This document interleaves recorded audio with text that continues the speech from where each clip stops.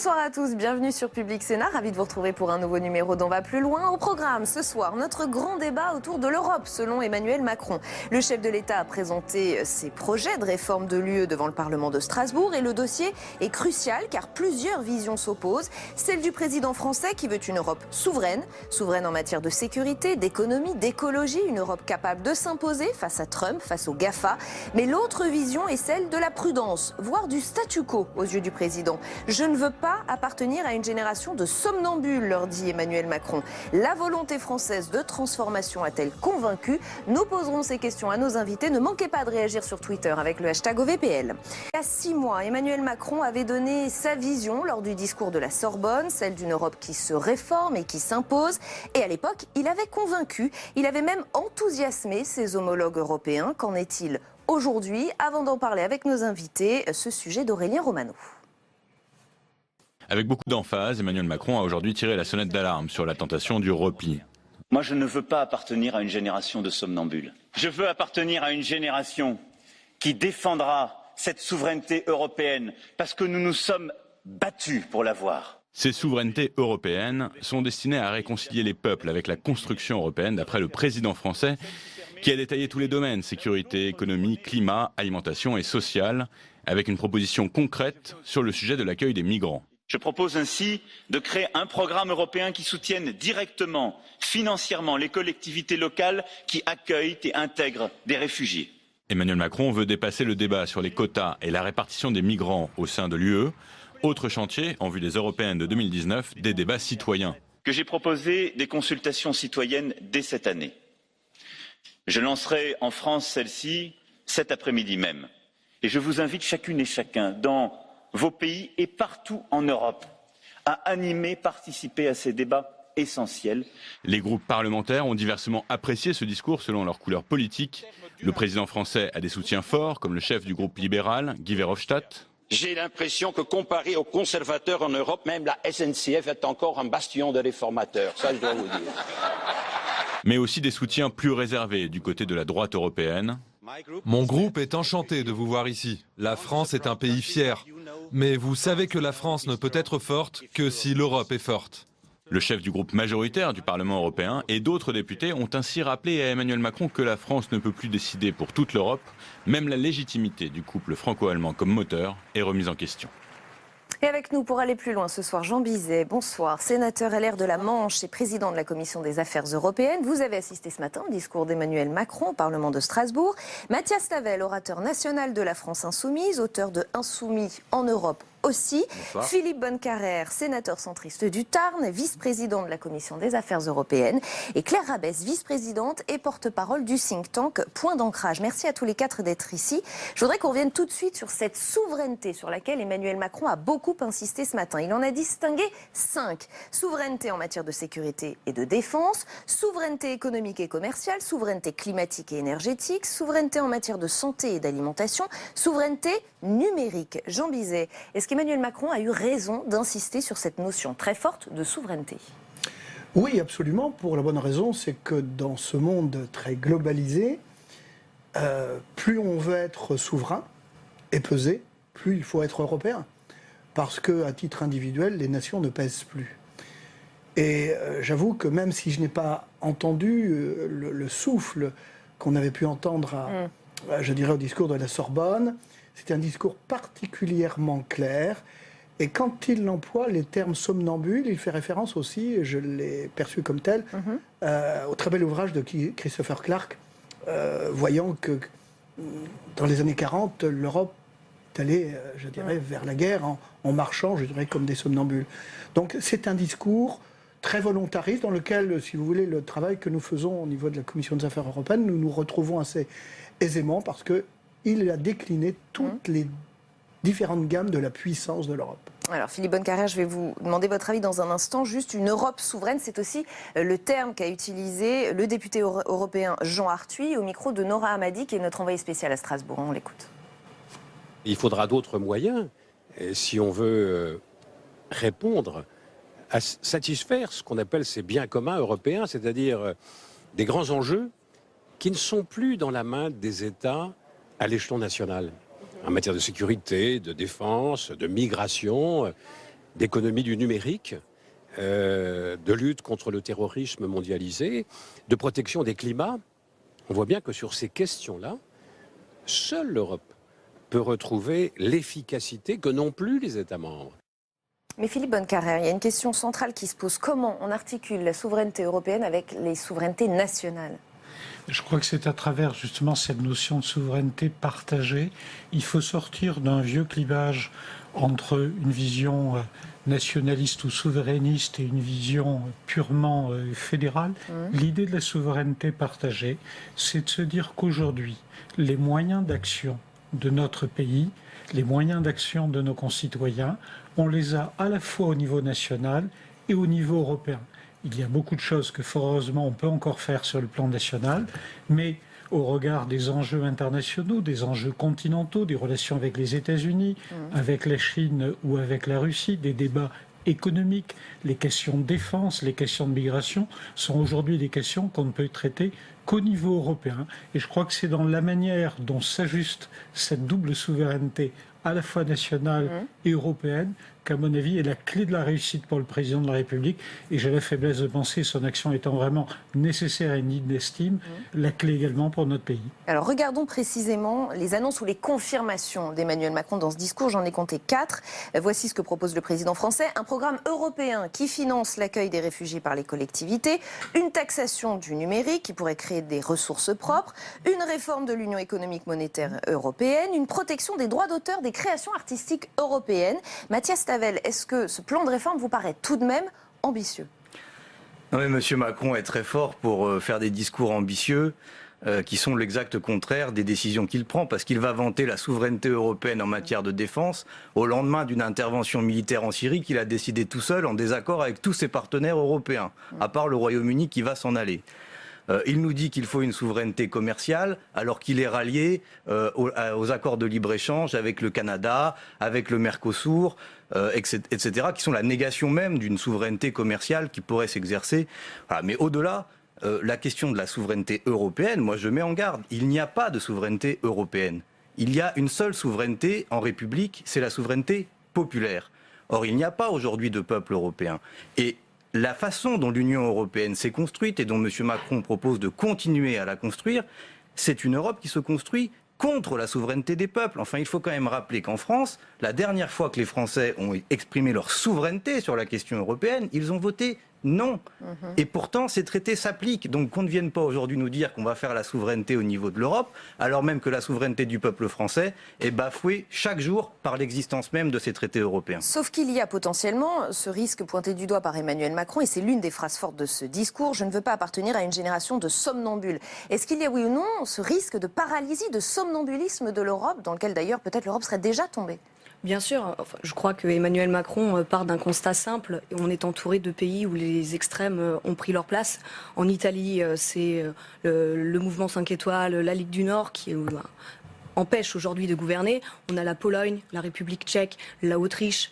Tous ces pays ont des difficultés aujourd'hui à trouver un gouvernement stable et en tout cas qui nous permettent aujourd'hui d'avancer sur l'Europe. À partir de ce constat, il faut agir. C'est le discours qu'on entend aujourd'hui d'Emmanuel Macron, qu'on salue tous. On ne peut pas être contre le sentiment. Vous le saluez, vous ? Bien sûr. Emmanuel Macron est pro-européen et l'assume. Ça fait vraiment longtemps qu'on n'a pas eu un président de la République qui assumait aussi fortement ses idéaux. Par contre, et on peut le dire sincèrement et tout de suite, je ne suis pas tout à fait d'accord avec ce que vous avez dit tout à l'heure. Son discours n'était pas si clair. De quelle souveraineté on parle exactement ? La souveraineté au niveau de la zone euro, et donc dans ce cas-là, effectivement, on a déjà une monnaie, une souveraineté qui est un petit peu autre. Ou est-ce qu'on parle vraiment de la souveraineté au niveau de l'Union européenne totalement ? Et dans ce cas-là, effectivement, on voit apparaître un clivage entre Est et Ouest dont on pourra peut-être reparler, mais qui est aujourd'hui vraiment important pour poursuivre l'Europe et pour pas être seul et partir avec une vision très franco-française de l'Union européenne, ce qu'on a tendance à faire et ce que je me permets de dire, Emmanuel Macron est très fort pour faire. Alors, Jean Bizet, il y a 6 mois, vous l'avez un petit peu évoqué, il y a 6 mois, le discours de la Sorbonne avait particulièrement marqué les esprits. Emmanuel Macron apparaissait comme un second souffle dans cette Europe un peu fatiguée, un peu affaiblie. Aujourd'hui, l'enthousiasme est un petit peu retombé. Écoutez le député européen Emmanuel Morel, toujours au micro de Nora Madi. Emmanuel Macron nous avait habitués à mieux. le discours de la Sorbonne, le discours d'Athènes, ça avait un peu de souffle, même si on n'était pas forcément d'accord sur tout. Là, j'ai trouvé que ses propos étaient ternes, donc sur la forme, et puis sur le contenu, pas grand-chose, quoi. La plupart des sujets majeurs qui intéressent les gens, le dumping social, le dumping fiscal, la question des politiques économiques, la question du libre-échange, tout ça a fait l'objet de propos vagues, sans proposition réelle, et je comprends la déception d'un certain nombre de mes collègues, et vraiment c'est une surprise. Je m'attendais quand même à ce que le président français soit un petit peu plus enthousiaste et un petit peu plus ambitieux. Vous êtes d'accord sur ce point avec Emmanuel Morel? Il a manqué de souffle aujourd'hui, Emmanuel Macron? Et si oui, comment vous l'expliqueriez? Je trouve qu'il a effectivement manqué de souffle. Alors, je suis...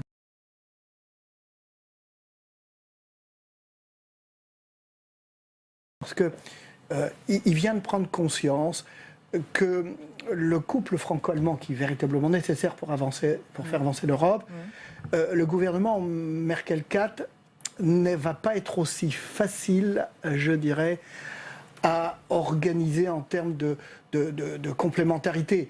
Tout simplement, regardez ce qui se passe dès aujourd'hui au Bundestag, où le Bundestag veut encadrer, je dirais, l'action de la chancelière.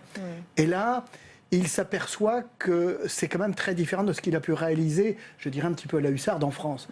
J'ajoute à cela que les Pays-Bas, en quelque sorte, au travers de l'Alliance, qui n'était pas aussi évidente que ça, avec les 7 pays, les pays baltes, un certain nombre de pays d'Europe du Nord, ont clairement annoncé la couleur, et donc ils voient apparaître un certain nombre de fronts, et que le couple franco-allemand ne sera pas suffisant. C'est la raison pour laquelle j'étais avec quelques collègues il y a plus d'un mois aux Pays-Bas, juste avant la déclaration des Pays-Bas, pour essayer de trouver, je dirais, le troisième homme. On ne peut pas vivre simplement en couple franco-allemand. Et c'est la prise de conscience de ces réalités européennes qui font peut-être que Emmanuel Macron a été extrêmement sincère aujourd'hui.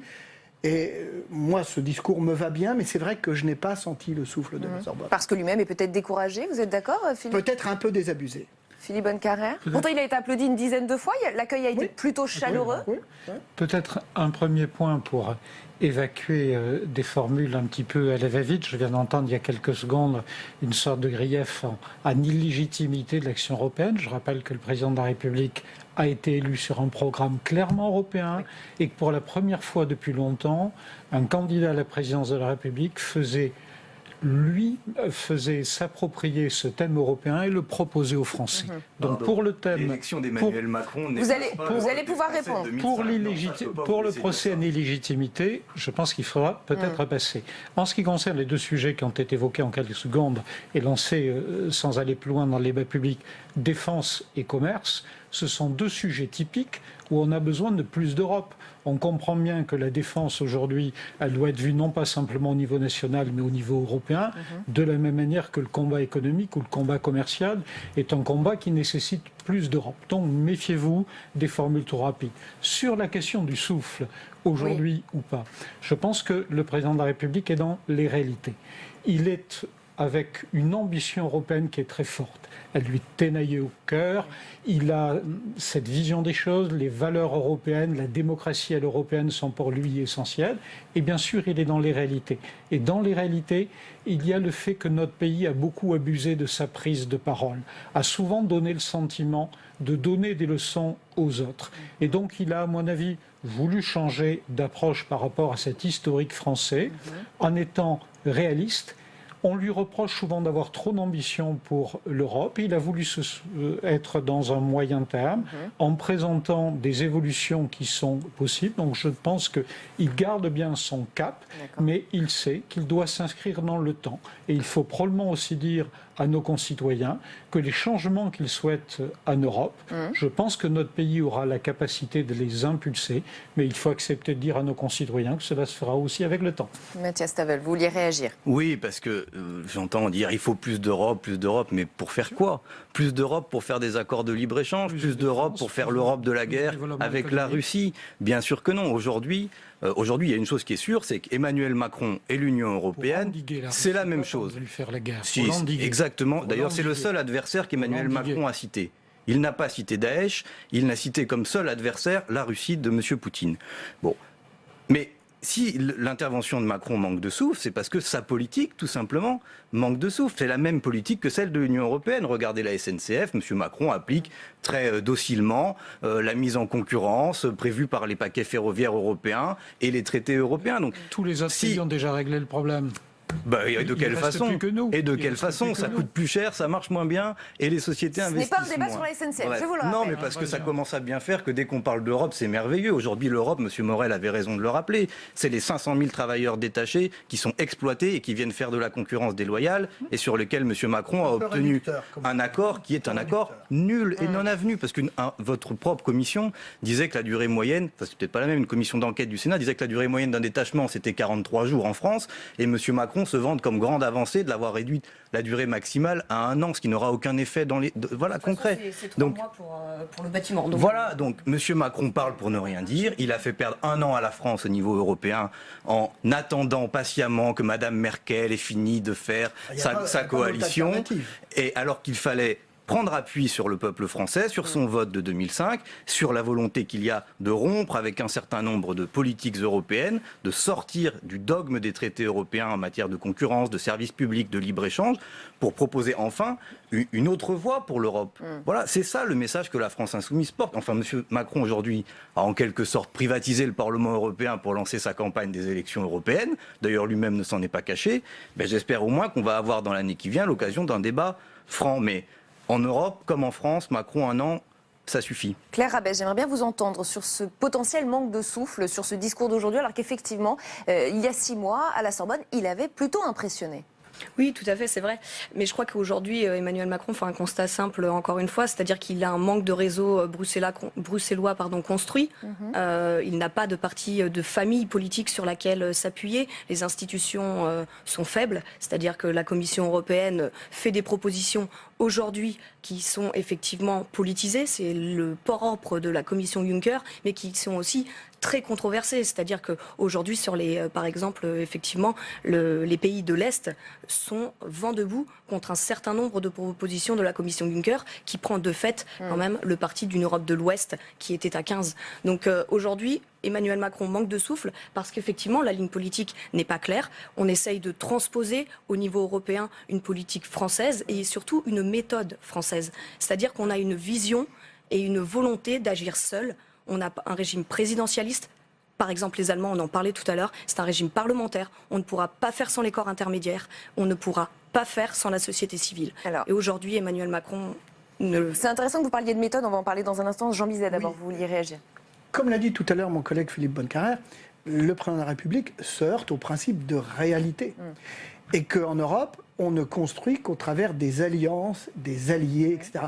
Et ça demande du temps. Et ce jeune homme un peu pressé, jusqu'à maintenant, n'a pas intégré cette notion. Voilà le problème. Excusez-moi, votre condescendance, monsieur, sauf votre respect, monsieur le C'est comme ça sénateur. que l'on se comporte au Sénat, a priori. Oui, enfin ici, c'est pas le Sénat, c'est une chaîne de télévision.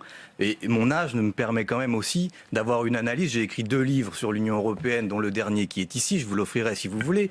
Je pense que on peut au moins avoir le respect de l'interlocuteur qu'on a en face de soi. Alors, j'ai pas vu de manque de respect, j'ai dû louper un épisode, mais on va peut-être pas rester dessus plusieurs minutes. Mais dire que parce que je suis jeune, je suis pressé, je ne veux pas comprendre. Ah non, il parlait d'Emmanuel Macron. Non, je parlais du président de la République. Il parlait d'Emmanuel Macron. Voilà. Je suis désolé. Vraiment, il parlait de la jeunesse d'Emmanuel Macron. Je ne m'adressais pas au président de la République. Et du manque de réseau. Ah non, pas du tout. Donc c'est très bien, je n'avais pas loupé d'épisode, ça me rassure. Non, pas du tout. Ça viendra peut-être. Alors pour le coup, je prends aussi la défense de M. Macron. L'âge n'est pas un critère et on peut avoir très bien. Et même être plus jeune. On va noter que vous défendez Emmanuel Macron. Le principe, vous savez, Saint-Just était très jeune quand il a été élu à la Convention. Philippe Bonnecarrère, je voudrais juste vous faire réagir parce qu'effectivement, Claire Rabès parlait de méthode. Est-ce qu'il n'y a pas effectivement un problème de méthode? Regardez ce qu'a déclaré Emmanuel Macron dimanche sur BFM. C'est maintenant que se joue le destin de l'Union. Nous avancerons avec ceux qui voudront bien avancer. Ceux qui ne suivront pas devront accepter de rester aux marges de l'UE.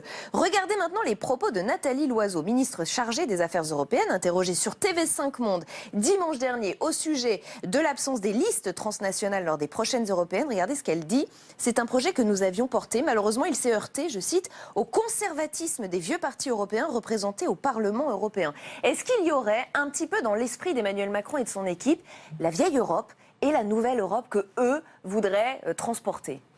Je ne crois pas que l'approche est une telle prétention. Par contre, je crois que tout est vrai dans les citations qui ont été faites. C'est-à-dire que pour faire avancer l'Europe, il faut à la fois la volonté des Français et des Allemands, mais cela ne suffit pas. C'est une Europe à 27 ou 28, et donc il faut faire preuve de modestie, d'abnégation, d'humilité, et d'aller chercher l'accord de chaque pays individuellement. Et ça, le président l'a bien compris, il le fait. Il est très présent en Europe. Il est par exemple allé dans les pays baltes pour essayer de les convaincre. Et après, il faut utiliser toutes les méthodes. La vieille méthode de construction de l'Europe, petit pas par petit pas, elle est toujours valable. Il faut aussi essayer de faire de plus grands pas sur l'euro. Il essaie de tester toutes les méthodes pour avancer. Donc il garde le cap d'une ambition pour l'Europe, je crois que sa volonté est intacte, mais il utilise tous les moyens qui sont à sa disposition et il se rend compte qu'effectivement, tous les pays n'ont pas la même approche et en particulier, le temps qui a été nécessaire aux Allemands pour se remettre en action a effectivement pénalisé, mais je pense que c'est une action qui va rebondir et qu'effectivement les élections européennes seront la date où j'espère que l'ensemble des pays d'Europe reposeront les questions sur ce qu'ils veulent. Et à ce moment-là, je pense qu'effectivement, les propos et l'action du président de la République français trouveront toute leur plénitude. Vous voulez réagir ? Un des tendons d'Achille de l'Europe, c'est effectivement son manque de réactivité. Et quand on parle d'une Europe à plusieurs vitesses, ce que je n'aime pas, une Europe à cercle concentrique, ce que je n'aime pas. Par contre, ce que j'aime bien, c'est de parler des coopérations renforcées. Les traités nous le permettent à partir de 9 États. Et là, on l'a insuffisamment utilisé pour permettre à ceux qui veulent aller plus vite d'être, entre guillemets, pour reprendre les propos du président de la République, vous voyez, je l'aime bien quand même, je dirais, d'être de premier de cordée, et les autres pays s'y agrégeront. Alors je sais qu'une partie des pays de l'Europe de l'Est n'aiment pas cela, mais c'est pas du tout contre eux. Je crois qu'il faut impérativement les agréger à des politiques qui, dans un premier temps, ne pouvaient pas être auxquels ils peuvent adhérer dans un premier temps. Claire Abès. Oui, je crois vraiment que les coopérations renforcées, c'est un outil dont on parle depuis des années. On les a insuffisamment utilisées, mais parce qu'elles sont inutilisables en fait. Aller trouver aujourd'hui 9 pays et aussi, effectivement, pourquoi faire au-delà de la boîte à outils, quel plan on met d'abord à l'agenda européen? Est-ce que c'est la transition énergétique européen, ça a été magnifique. Oui, ça a été magnifique. C'est un one-shot. Aujourd'hui, on a quand même un dernier pari à faire. L'Europe peut exploser à 3 à 5 ans. Avant, on la prenait pour acquise. Je crois qu'aujourd'hui, on a le Brexit qui nous montre que c'est absolument pas acquis. On n'a plus le temps de prendre le temps d'utiliser tous les outils à notre disposition. Les coopérations renforcées, franchement, ça ne marche pas. Qu'est-ce que vous proposez d'autre? Mais surtout, Mathias Tavel, rapidement, après on avance sur la troisième partie. Une des coopérations renforcées qui a été totalement enfoncée, c'était sur la question de la taxe sur les transactions financières et qui a été verrouillée, notamment par l'action du gouvernement français, de M. Hollande, puis aujourd'hui de M. Macron. C'est vrai que M. Hollande n'aimait pas la finance. Mais même la taxation il n'aimait pas la taxation sur les transactions financières et M. Macron non plus. Donc on voit bien que la question c'est d'abord pourquoi faire. Si c'est pour faire plus de dumping, plus de libre-échange, alors l'Europe n'avancera pas et les peuples finiront par s'en détourner. Si à l'inverse, c'est pour faire le respect de la souveraineté, 100% d'énergie renouvelable, un protectionnisme européen qui nous protège contre les multinationales et le dumping qu'elles mettent en concurrence, une égalisation à marche forcée des conditions de travail pour qu'il n'y ait pas cette concurrence déloyale qui vienne, alors là, oui, vous aurez un soutien populaire. Mais si c'est pour continuer la destruction des services publics et de tout ce qui fait aujourd'hui la France républicaine, alors clairement, vous ne l'aurez pas. Et en tout cas, il est très probable que peu de Français le sachent, mais il y a plus de 70 députés européens représentant la France à élire au Parlement européen en 2019. Problème, cela n'intéresse pas les électeurs, ou si peu. On va regarder ensemble le taux de participation lors des européennes de 2014. Taux de participation global, à peine plus de 42%. En France, 42,43%. 89,64% en Belgique, où le vote est obligatoire. 74,8% à Malte, où le vote n'est pas obligatoire. Et c'est très net, vous l'avez un petit peu dit, les pays de l'Est votent très peu, à peine 20% en moyenne en Pologne, en République tchèque, en Slovaquie. Et pour cause, les eurosceptiques sont tout de même nombreux en Europe, à l'image de Florian Philippot qui a eu un échange assez vif avec Emmanuel Macron cet après-midi. Regardez. Votre jury est là, dans les rangs de la Commission européenne. Et c'est lui qui chaque jour vous évalue. Et c'est lui qui aujourd'hui va vous mettre une note. Rassurez-vous, votre note sera excellente. Parce que votre discours a repris sans surprise tous les canons du catéchisme européen. Votre jury vous accorde un bon point quand vous parlez de souveraineté européenne, manière on ne peut plus fallacieuse de saper la souveraineté nationale, la seule qui vaille en démocratie. Quant au projet, qui serait le vrai projet français, enfin, les Français l'ont choisi au mois de mai dernier. Vous défendiez l'un et l'autre. Vous défendiez l'un et l'autre. Un projet. Il a perdu. Et il a perdu parce que le peuple français en a décidé ainsi. Alors, il nous reste malheureusement assez peu de temps, mais je voudrais votre avis. Moi, de cette séquence, je tire plusieurs enseignements. Un, qu'effectivement l'Europe est extrêmement divisée, et de deux, qu'il y a un vrai manque d'intérêt des peuples pour l'Europe, puisqu'on l'a vu dans le taux de participation. Et est-ce qu'il y a, oui ou non, deux blocs Est-Ouest? Jean Bizet. C'est un peu caricatural. Il y a un malaise à l'Est. Je crois qu'il faut que ces pays, si vous voulez, que l'on a accueillis au lendemain de la chute du rideau de fer, comprennent bien que l'Europe, c'est aussi l'adhésion à des valeurs. L'Europe, ce n'est pas forcément et uniquement un tiroir caisse. Les fonds de cohésion sont nécessaires pour leur permettre de rattraper le retard qui a été le leur. Donc, mais je suis... Pourquoi vous dites tiroir caisse? Parce que la Macédoine et l'Albanie vont entrer en négociation. Enfin, en tout cas, Bruxelles a donné son aval pour l'autorisation. Oui, mais ça peut durer des années et des années. Parce que vous savez très bien que maintenant, pour accueillir un nouvel État membre, il faut passer par un vote, si vous voulez. Et ne rêvons pas. Ceci étant, il ne faut pas désespérer ces peuples. Il faut leur adresser des messages. Et tout progrès qu'ils pourront faire dans l'acquisition, si je puis dire, des valeurs européennes, ce sera un plus et un élément de stabilisation pour l'ensemble de l'Union européenne. Mais si vous voulez, avec le Brexit d'un côté, si on veut être un peu positif, moi je vois également l'émergence d'une Europe, je n'ai pas d'autres termes qui me viennent à l'esprit pour le moment, à plusieurs vitesses et permettre à ces pays, si je puis dire, d'être en zone d'attente. Mais si nous ne leur envoyons pas des messages, croyez-moi, ils retomberont sous l'influence de la Russie ou de la Chine. Philippe Bonnecarrère. Je crois qu'il faut arriver à allier vis-à-vis de nos concitoyens l'ambition européenne et la capacité de leur démontrer en quoi concrètement l'Europe peut améliorer leur situation. Quand on parle de fiscalité, pour qu'il n'y ait pas de fraude fiscale, il faut qu'on s'entende sur la même définition de nos règles fiscales. Il fait qu'on ait les mêmes autorités de poursuite. Et vous comprendrez bien que pour taxer Amazon et Google, on y arrivera quand même plus facilement sur l'aspect européen que sur l'aspect national. En matière de défense, si vous voulez avoir les moyens de défendre nos concitoyens, on voit bien que c'est aujourd'hui à l'échelle de l'Europe. La lutte contre le terrorisme, les terrorismes, ils ne sont pas cantonnés dans les frontières, ils se déplacent, quels que soient les sujets. On voit que nous devons à la fois porter les valeurs européennes et une ambition, mais nous devons être capables, sujet par sujet, de démontrer la plus-value européenne qui est réelle. Mais encore faut-il accepter de faire cet effort auprès de nos concitoyens. Il n'a pas été fait pendant des décennies. Non seulement il n'a pas été fait, mais tout ce qui était bien était ce qui était de niveau national. Tout ce qui n'était pas bien, c'était Bruxelles. C'est ça qu'il faut arriver à renverser. Mathias Tavel, rapidement, malheureusement. Non, mais on ne combattra pas l'évasion fiscale avec M. Juncker comme président de la Commission qui a organisé pendant 20 ans la fuite des multinationales. Est-ce que la France peut le faire seule? La question, c'est qu'on y arrivera mieux seul ou avec quelques pays qu'avec des paradis fiscaux en Europe comme les Pays-Bas ou l'Irlande. Ça, c'est une évidence. Enfin, tant que vous laisserez l'unanimité en matière fiscale et ces pays pouvoir décider et tout bloquer, alors clairement, on n'arrivera à rien.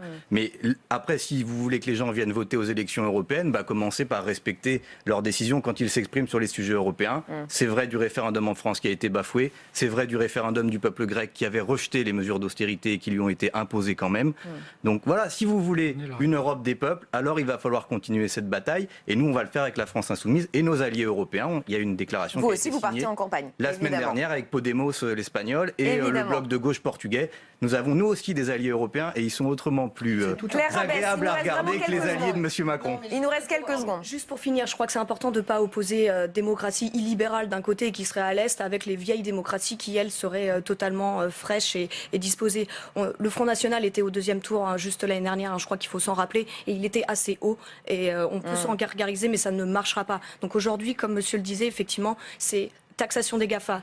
Parce qu'on y arrivera mieux en Europe, parce qu'il nous faut plus d'Europe. Il nous faut, évidemment, il nous faut rapidement faire l'union bancaire, vraiment la finaliser. Il faut arriver à une zone euro qui soit vraiment démonstrative et qui puisse justement avoir de vrais relais citoyens, c'est-à-dire montrer qu'aujourd'hui, avoir l'euro, c'est une puissance monétaire. Donc au niveau des accords commerciaux, ça veut dire qu'on peut avoir des avantages en tant qu'Union européenne.